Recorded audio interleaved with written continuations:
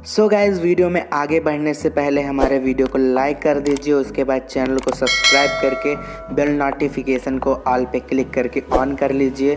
तो चलिए वीडियो को शुरू करते हैं। प्यारे बच्चों, एक बार पुनः आपके अपने प्यारे से YouTube चैनल MKS क्लासेस में स्वागत है। दोस्तों, मैं मनीष सोनी। आज 10वीं कक्षा के निर्देशांक ज्यामिति का प्रश्नावली 7.2 होगा। उसके पहले हम लोग 7.2 में जितने भी फार्मूले यूज होंगे, हम पहले उसके बारे में क्या करेंगे, चर्चा करेंगे।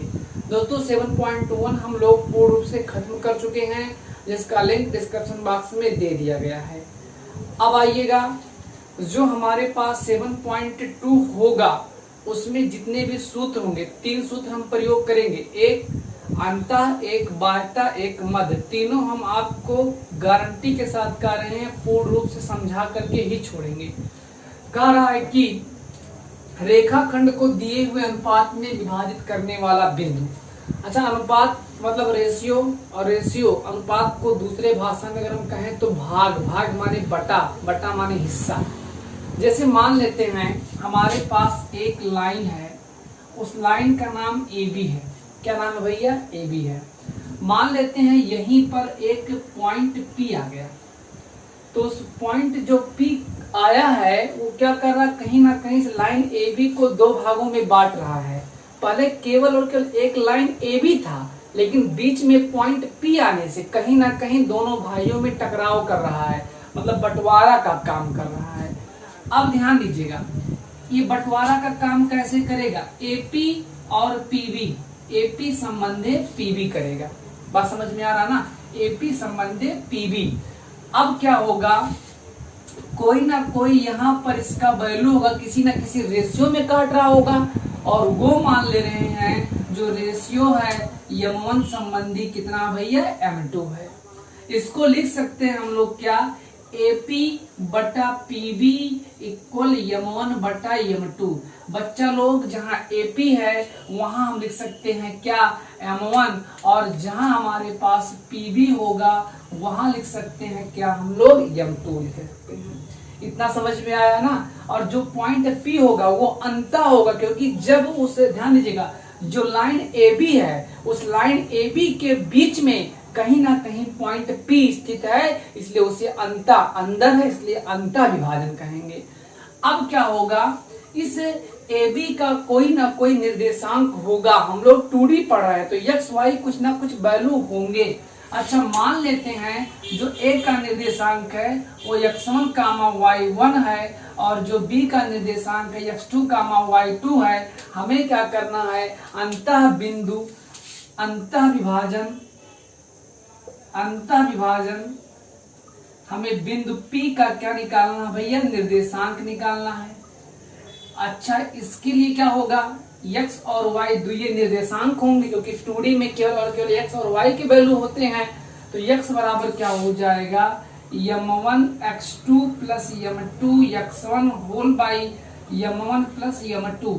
ये भैया लोग अंतः विभाजन का सूत्र है। अच्छा, इसी प्रकार से y क्या हो जाएगा, M1 y2 plus M2 y1 whole by M1 plus M2। ये हमारे x y जो होंगे इस पॉइंट P का क्या होगा, कोऑर्डिनेट, और उस पॉइंट P का कोऑर्डिनेट निकालने के लिए हम इन फार्मूलों का क्या करेंगे भैया, बार बार यूज करेंगे। तो इस प्रकार से ये अंतः विभाजन का सूत्र है। अब चलते हैं, मान लीजिए आपके पास एक लाइन है AB। क्या है? एक लाइन AB है। अब इस लाइन AB के बाहर एक बिंदु हमारा मान लेते हैं P क्या है भैया, स्थित है। अब ये P क्या करेगा, उस लाइन के बाहर स्थित है, तो इसे हम लोग बाह्य बिंदु कहेंगे।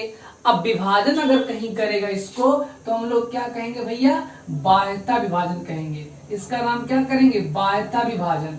अच्छा, ये बताइए, ये बाह्यता विभाजन किस किस रेशियो में कर रहा है? तो एक कर रहा है AP में, और एक कर रहा है किसमें भैया, AP और BP। ये हमारे पास 2 रेशियो हैं। अच्छा, मान लेते हैं M1 और M2 के रेशियो में इसे भी डिवाइड कर रहा है, तो लिख सकते हैं AP बटा BP इक्वल M1 बटे M2। मतलब ये पूरा आपका हो जाएगा m1 और इतना कितना हो जाएगा m2। इस पॉइंट P का हमें क्या निकालना है, कोऑर्डिनेट। अच्छा, उसके लिए क्या होगा, इसके लिए हमें AB का निर्देशांक x1 कामा y1, x1 कामा y1 और इस B का है x2 कामा y2। हमें इस पॉइंट P का क्या निकालना है, कोऑर्डिनेट निकालना है। तो इस प्रकार से क्या होगा, x बराबर m1 x2 minus m2 x1 whole by m1 minus m2। इसी प्रकार से y इक्वल हो जाएगा m1 y2 minus m2 y1 whole by m1 minus m2। तो बच्चा लोग, अगर हमें बाह्यता विभाजन का निर्देशांक निकालना हो तो हम लोग इस सूत्र का प्रयोग करेंगे, अंतः विभाजन का निकालना होगा तो हम इस सूत्र का प्रयोग करेंगे।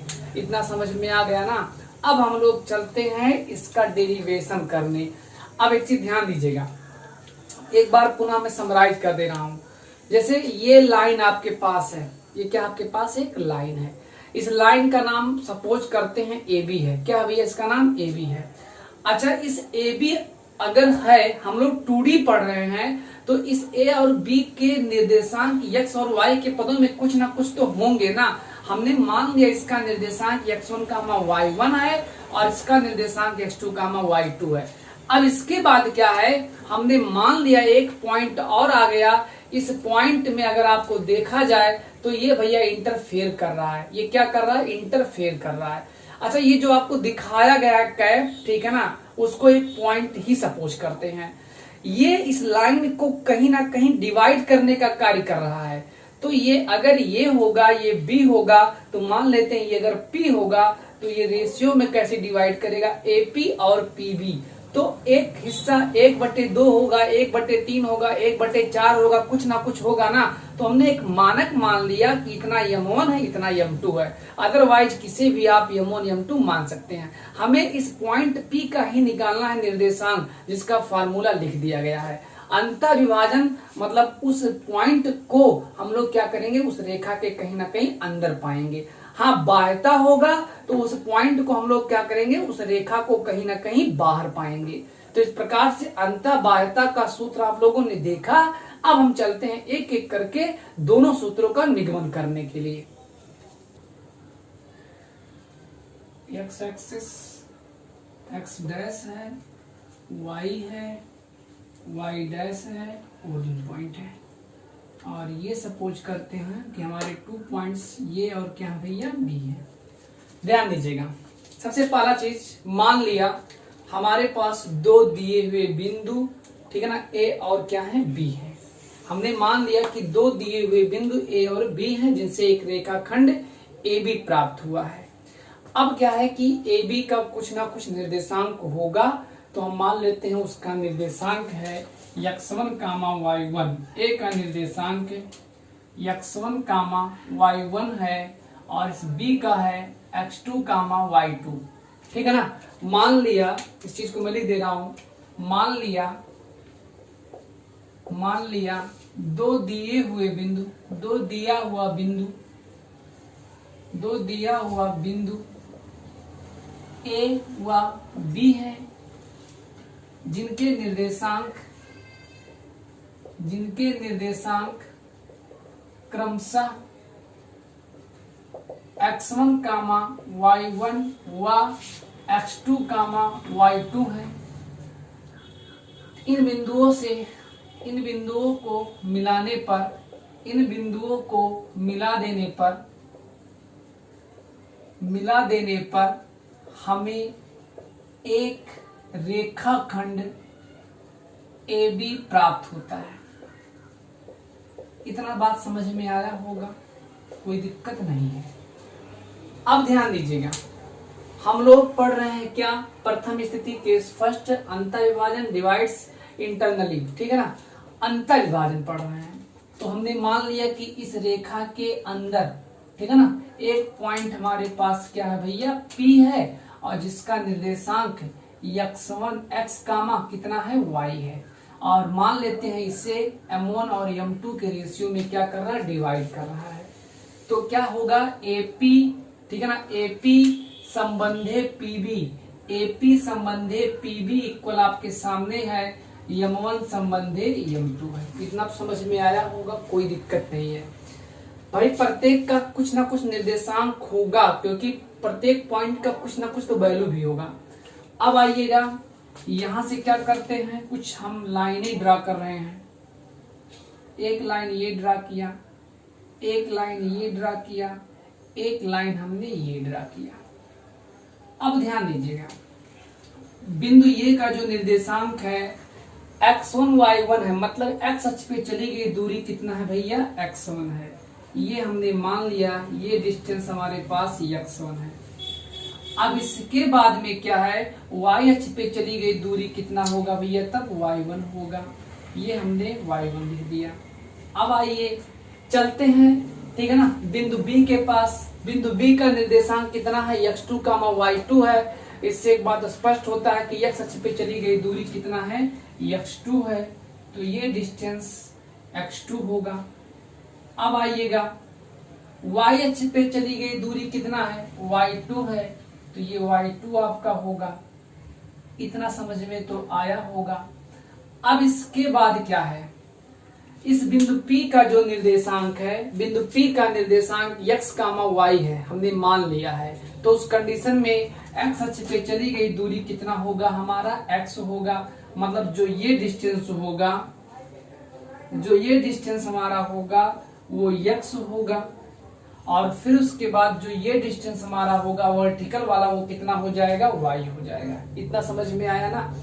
अब क्या है, हम इस चीज को इससे मिला देते हैं और हम इस चीज को इससे मिला देते हैं, और साथ ही साथ सबका नामकरण भी करते हुए चलते हैं किताब के अकॉर्डिंग। यहाँ पर आपका A है और इसका नाम यस दे दिया गया है, और इसके बाद क्या है, इसका नाम दे दिया गया है कितना भैया, Q दे दिया गया है। इतना तो समझ में आ गया होगा। अब इसके बाद क्या है, ध्यान दीजिए, हमारे पास दो त्रिभुज दिखाई दे रहे हैं। एक त्रिभुज यहाँ दिखाई दे रहा है और एक त्रिभुज यहाँ दिखाई दे रहा है। दोनों ही त्रिभुज 90 डिग्री के हैं। दोनों त्रिभुज 90 डिग्री के हैं, तो अर्थात समरूप होंगे। समरूप का मतलब क्या होता है, सिमिलर होना चाहिए, ठीक है ना। सिमिलर का मतलब क्या, छोटा बड़ा नहीं मतलब, बस उनका रूप एक होना चाहिए। देखिए, रूप समकोण का है, यह भी समकोण का है। तो इस कंडीशन में दोनों त्रिभुज क्या होंगे भैया, समरूप होंगे। और समरूप होंगे तो हम लोग पढ़े हैं, अगर दो त्रिभुज समरूप होंगे तो उनकी संगत भुजाएं क्या होती हैं, अनुपातिक होती हैं। तो इस चीज का प्रयोग करते हुए हम बोर्ड पर इस चीज को लिखने जा रहे हैं। तो आइएगा, चूंकि त्रिभुज ASP व त्रिभुज PQV समरूप है। क्या है भैया, समरूप है। तो ध्यान दीजिएगा क्या होगा यहां से, तो दोनों त्रिभुज क्या होंगे भैया, ठीक है ना, समरूप अगर होंगे तो उस कंडीशन में क्या होगा कि उनकी संगत भुजाएं क्या होंगी, अनुपातिक होंगी। तो यहां से क्या है, सबसे पहला चीज AS हमारे पास है। AS का मान कितना होगा, यहाँ शो कर रहा है थोड़ा सा। AS का मान कितना होगा, ये भी ज्ञात कर लेते हैं। इसके बाद में चलिए पहले इसी को फॉलो करते हैं। त्रिभुज ASP व त्रिभुज PQV क्या है भैया, समरूप हैं, तो उसकी संगत भुजाएं क्या होंगी, अनुपातिक होंगी। तो इस कंडीशन में AS के संगत क्या है, PQ है। तो AS बाई हमने लिख दिया PQ। इसके बाद में SP के संगत क्या है, QV। SP के संगत क्या है आपके पास, QV है। तो ये हो गया आपके पास SP संबंधे QV, इतना हो गया। अब इसके बाद में क्या है, AP के संगत क्या है, PB है। तो इसको भी दिया AP संबंधे PB, AP बटा PB कर दिया। हमने क्या किया कि चूंकि त्रिभुज हमारे पास जो दोनों दिखाई दे रहे हैं, ये वाला त्रिभुज और ये वाला त्रिभुज दोनों समरूप हैं, तो समरूप होने की स्थिति में क्या होगा कि अगर दो त्रिभुज समरूप होंगे तो उस दशा में क्या होगा, उनकी संगत भुजाएं अनुपातिक होंगी, जो कि मैंने उस चीज को यहाँ लिखा। AS की संगत क्या है, PQ, SP की संगत क्या है, QB, AP की संगत क्या है, PB है। इस चीज को मैंने फॉलो किया और उसको लिखा। अब चलते हैं एक एक कर, मतलब बीन कर सबके वैल्यू को वहां रखने चल रहे हैं। तो सबसे पहला चीज हमको दिखाई दे रहा है AS, तो हम क्या करेंगे AS की वैल्यू को पाएंगे। अच्छा, इसके लिए एक काम करते हैं, इसको नाम कर अगर यल कर दे, यम कर दे और इसे यन कर दे तो कोई आपत्ति नहीं है। आप जो नाम करना हो वो करिए, थोड़ा सा हम ठीक है ना अकॉर्डिंग टू बुक कर रहे हैं। तो यहां से क्या होगा, AS का वैल्यू आपको मिलना चाहिए। तो AS का वैल्यू कैसे मिलेगा? अच्छा, पूरी वैल्यू देखो कितना है, OM है। अच्छा ये बताइएगा, हम लोग लिख सकते हैं OM को लिख सकते हैं OM को लिख सकते हैं क्या, OL प्लस LM। अच्छा ये बताओ भैया, जितना वैल्यू हमारा LM का होगा उतना ही वैल्यू AS का भी तो होगा ना, तो उस कंडीशन में LM को लिख सकते हैं क्या हम लोग, AS लिख सकते हैं। अच्छा बताओ OM का वैल्यू कितना है, OM का मतलब है आपके पास x, हमने लिख दिया x। OL का वैल्यू कितना है, x1, हमने वो भी लिख दिया। AS का वैल्यू हमें फाइंड आउट करना है, तो उस कंडीशन में क्या होगा, AS बराबर हो जाएगा x माइनस x1 हो जाएगा। तो हमने AS के वैल्यू को प्राप्त किया, AS का वैल्यू हमें मिला x माइनस x1। अगला वैल्यू आपके पास है PQ। अच्छा PQ निकालना है, तो PQ का मतलब क्या हो गया, MN। जितना हमारा MN होगा उतना ही हमारा क्या होगा, PQ होगा। तो इसी प्रकार से अब हम लोग क्या करेंगे, ON को लिख सकते हैं क्या, ON। अगर हम इतना में से इतना घटा दे तो इतना मुझे मिल जाएगा, तो लिख सकते हैं ON को OM प्लस MN हो जाएगा।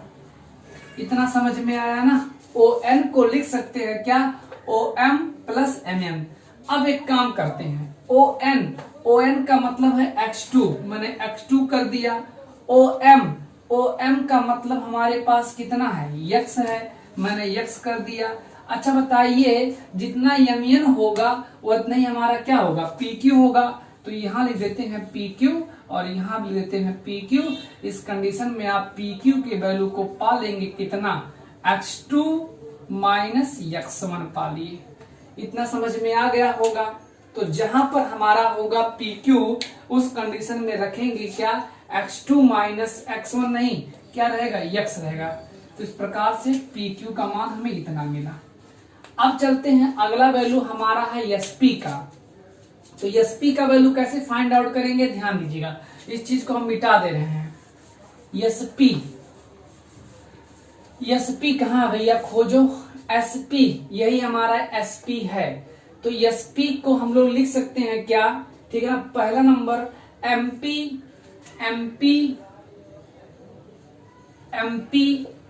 ये पूरा MP है, MP को लिख सकते हैं क्या, MS, ठीक है ना, Manish Soni, MS plus SP हो गया। अब ध्यान दीजिएगा, अच्छा बताओ, जितना हमारा MS होगा उतना ही हमारा क्या होगा, AL भी तो होगा ना। तो इस कंडीशन में इसे हम लोग क्या लिख दे रहे हैं, AL लिख दे रहे हैं। अब MP का मान कितना है, MP का मतलब है Y, हमने Y कर दिया। AL का मान कितना है, Y1, हमने Y1 कर दिया।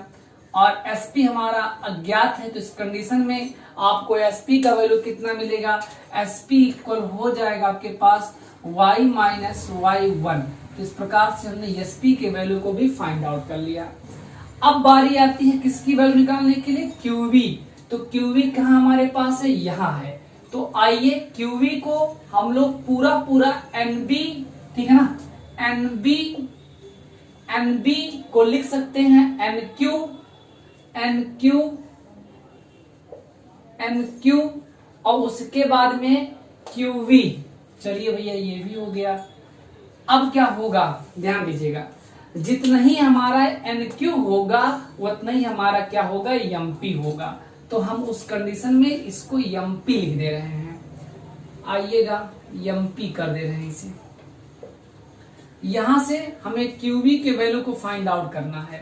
तो यहां से कितना हो जाएगा, ध्यान दीजिएगा, NB का मान कितना है, NB हमारे पास पूरा कितना है, Y2 है, हमने Y2 लिख दिया। इक्वल MP हमारे पास कितना है, MP का मतलब हमारे पास है Y, हमने y कर दिया।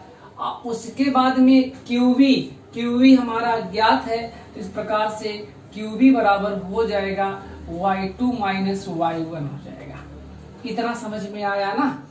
इसके बाद अगला बचता है AP बाई PB। तो AP बाई PB का मान कितना है, m1 बटा m2। ये भी मैंने क्या किया भैया, लिख दिया। इतना समझ में आ गया, कोई दिक्कत नहीं है।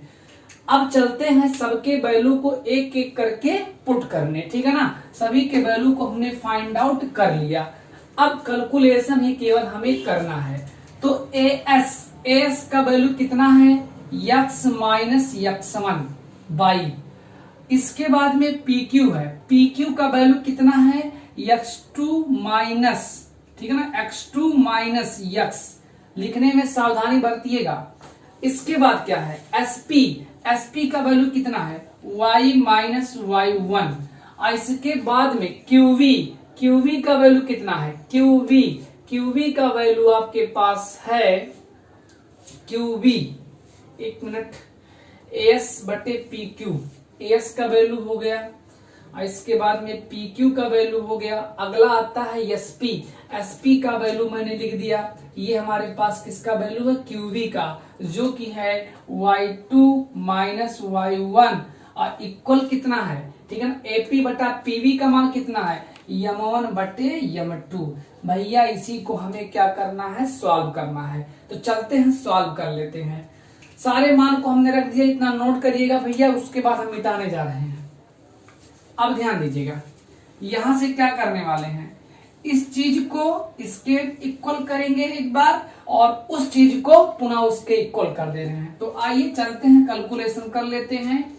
हो जाएगा क्या, x minus x1 by x2 minus x equal m1 by m2।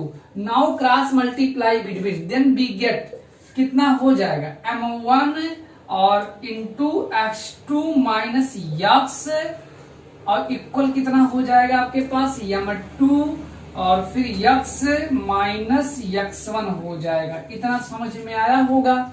अब हम लोग क्या करते हैं, अंदर घमासान करते हैं। घमासान का मतलब भैया गुणा करते हैं। तो m1 x2 minus m1 x m2 x minus m2 x1। इतना तो समझ में आया होगा। अब एक काम करते हैं भैया, यहां से क्या होगा, m1 x2, ठीक है ना, और इसके बाद में क्या होने वाला है, यहां से होगा m1 x2 और उसके बाद में ये माइनस इधर आएगा तो क्या हो जाएगा, प्लस m2 x1 और इसके बाद m2 x, ये माइनस है, उधर ट्रांसफर करेंगे तो कितना हो जाएगा, प्लस m1 x। या ये भैया इन दोनों में कुछ कॉमन है, क्या कॉमन है, x कॉमन हो गया, क्या बचा, m1 प्लस m2 इक्वल हो जाएगा m1 x2 plus m2 x1। तब x बराबर कितना होगा, तब x बराबर आपको मिलेगा क्या, m1 x2 plus m2 x1 whole by m1 plus m2। तो बच्चा लोग हम लोग क्या किए हैं भैया, अंता विभाजन में हमने एक पॉइंट P के कोऑर्डिनेट x1 के वैल्यू को फाइंड आउट कर लिया है। इसी प्रकार से आपको ये चीज इसके इक्वल कर देंगे तो आप पुनः पाएंगे y equal m1 y2 plus m2 y1 whole by m1 plus y2। और हम बार बार कभी भी अंतर विभाजन के बारे में बात करेंगे तो उस कंडीशन में आप फार्मूला फॉलो करेंगे, x equal m1 x2 plus m2 x1 whole by m1 plus m2 तथा y equal m1 y2 plus m2 y1 whole by m1 plus m2। यही फार्मूला है। हमने इसका डेरिवेशन भी कर दिया और आपको समझ में भी आ गया होगा। अब हम लोग चलते हैं केस नंबर सेकंड में। केस नंबर सेकंड जो होगा वो हमारे बाह्यता विभाजन का होगा, तो इस चीज को नोट कर लीजिएगा, ध्यान दीजिएगा। केस नंबर सेकंड क्या कह रहा है, बाह्यता विभाजन, डिवाइड्स एक्सटर्नल्स। हम आपको पहले ही बता चुके हैं बाह्यता विभाजन होता क्या है। जैसे मान लेते हैं एक पॉइंट हमारे पास, सॉरी एक 2 पॉइंट्स हैं ए बी, हमने उन दोनों को मिला दिया भैया, तो उससे हमें क्या मिला, एक रेखाखंड मिला। अभी इसके बीच में कोई है ही नहीं, अगर बीच में होता तो अंतर होता, जिसके बारे में हम लोग पढ़ चुके हैं। मान लेते हैं इस रेखा के बाहर एक पॉइंट P है और वो पॉइंट P क्या कर रहा है, इस AB में कुछ इंटरफेयर कर रहा है भैया। अच्छा, इंटरफेयर कैसे करेगा, बाहर होकर के कर रहा है, ठीक है ना। झगड़ा दो प्रकार से होता है, एक झगड़े में शामिल हो जाओ और एक झगड़े के बाहर, जिसे हम लोग केमिस्ट्री में क्या कहते हैं, उत्प्रेरक कहते हैं, ठीक है ना। या तो झगड़े की दर को बढ़ा दिया जाए या तो झगड़े की दर को घटा दिया जाए। तो कुछ लोग झगड़े के बीच में ही आ जाते हैं और कुछ लोग दूर दूर से झगड़े को बढ़ाते घटाते रहते हैं। तो भैया ये पॉइंट जो P है वो इस लाइन से, लाइन AB से कहाँ है, बाहर, तो इसलिए बाह्यता कहेंगे।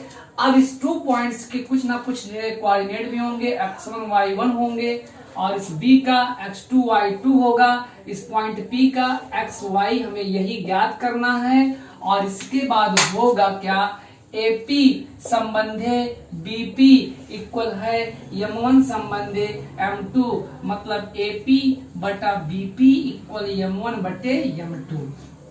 तो बच्चा लोग हमें फार्मूला क्या करना भैया, ड्राइव करना है। x बराबर M1 x2 minus M2 x1 whole by M1 minus M2, y equal M1 y2 minus M2 y1 whole by M1 minus M2। तो चलते हैं। अच्छा, एक काम करिएगा, है आपके पास है, इसको आप समझ लीजिएगा, कुछ करना नहीं है, कर ले जाएंगे। क्योंकि अगर पहला समझ में आ गया तो इसमें कोई दिक्कत नहीं है, बस वही समरूपता का आपके पास ये फिगर होगा और सबके, ठीक है ना, डिस्टेंस मेजर कर लिए गए हैं ओरिजिन पॉइंट से, और समरूपता का नियम यहाँ भी लगा दिया गया है। समरूपता नियम के अकॉर्डिंग उनकी संगत भुजाएं क्या होंगी, अनुपातिक होंगी। तो इस चीज को आप लोग समझ लीजिएगा, नहीं समझ पाते हैं तो आप कमेंट कर दीजिएगा, हम उसको भी कर देंगे, ठीक है ना। अब चलते हैं इसके बाद, ठीक है ना, मूल बिंदु मध्य बिंदु का निर्देशांक ज्ञात करने के लिए कैसे हम लोग फंडा अपनाएंगे। तो मध्य बिंदु के लिए क्या होगा, मध्य का मतलब होता है बीच में। जैसे मान लेते हैं एक रोटी है, एक रोटी में क्या करेंगे भैया, आधा आधा पाएंगे, तो आधा आधा पाएंगे मतलब 1/2 होगा। तो ये कंडीशन यहाँ भी फॉलो होगा। तो यहाँ से एक लाइन हमारे पास है AB और उस लाइन AB है तो उसके 2 पॉइंट्स होंगे, उस 2 पॉइंट्स के कोऑर्डिनेट गिवन डेट है भैया, वो कितना कितना है, x1 y1 x2 y2। और सपोज करते हैं इसका मिड पॉइंट समझते हैं ना, मध्य बिंदु, जहां से ये मार्कर क्या हो जाए भैया, संतुलित हो जाए, उसका एक पॉइंट होगा, वही पॉइंट क्या कराते हैं, मध्य बिंदु। तो इसे मध्य बिंदु यम नाम दे देते हैं और इसी का हमें फंडा, मतलब इसी का हमें कोऑर्डिनेट x, y हमें क्या करना है, फाइंड आउट करना है। सपोज करते हैं कि जो पॉइंट यम है वो M1 और M2 रेशियो में क्या कर रहा है, डिवाइड कर रहा है। ये भैया जब यम हमारा मिड पॉइंट होगा तो जितना हमारे पास AM होगा उतना ही हमारे पास MB होगा, मतलब जो M1 होगा वही M2 होगा। और सपोज करते हो किसके बराबर है, यम के बराबर होंगे। तो क्या करना है, अंतर विभाजन का फार्मूला अप्लाई करिए, x बराबर M1 x2 plus M2 x1 whole by M1 plus M2। बच्चा लोग क्या करना है, M1 किसके बराबर है, यम के, फिर M2 किसके बराबर है, यम के, M1 किसके बराबर है, यम के, M2 किसके बराबर है, यम के, दोनों में क्या कॉमन है, यम। तो हो जाएगा x2 plus x1 whole by M plus M2 M से यम कैंसिल, x बराबर, अच्छा x2 प्लस x1 को x1 प्लस x2 भी लिख सकते हैं, x1 plus x2 whole by 2। तो इस प्रकार से मध्य बिंदु का निर्देशांक x बराबर होगा x1 प्लस x2 बाई 2। और आप सॉल्व कर सकते हैं y equal y1 plus y2 by 2। तो बच्चा लोग कभी भी मध्य बिंदु के बारे में बात करें कि भैया मध्य बिंदु का निर्देशांक निकालो, तो आप फार्मूला अप्लाई करेंगे, x equal x1 plus x2 by 2, y equal y1 plus y2 by 2, put the value get the answer. तो इस प्रकार से ये हमारा जो था 3 फार्मूलों के बारे में हमने चर्चा किया और हम आशा ही नहीं पूर्ण विश्वास के साथ कह रहे हैं कि आपको समझ में आया होगा। उसके बाद भी अगर हमारे विश्वास मतलब अच्छे नहीं है तो आप कमेंट करिएगा कि हाँ सर समझ में नहीं आया, फिर से मैं आपको समझाने का प्रयास करूंगा। अब चलते हैं, अगला जो वीडियो हमारा होगा 7.2 होगा। तब तक के लिए आप लोगों से नमस्कार, अलविदा, good night, good morning, bye bye.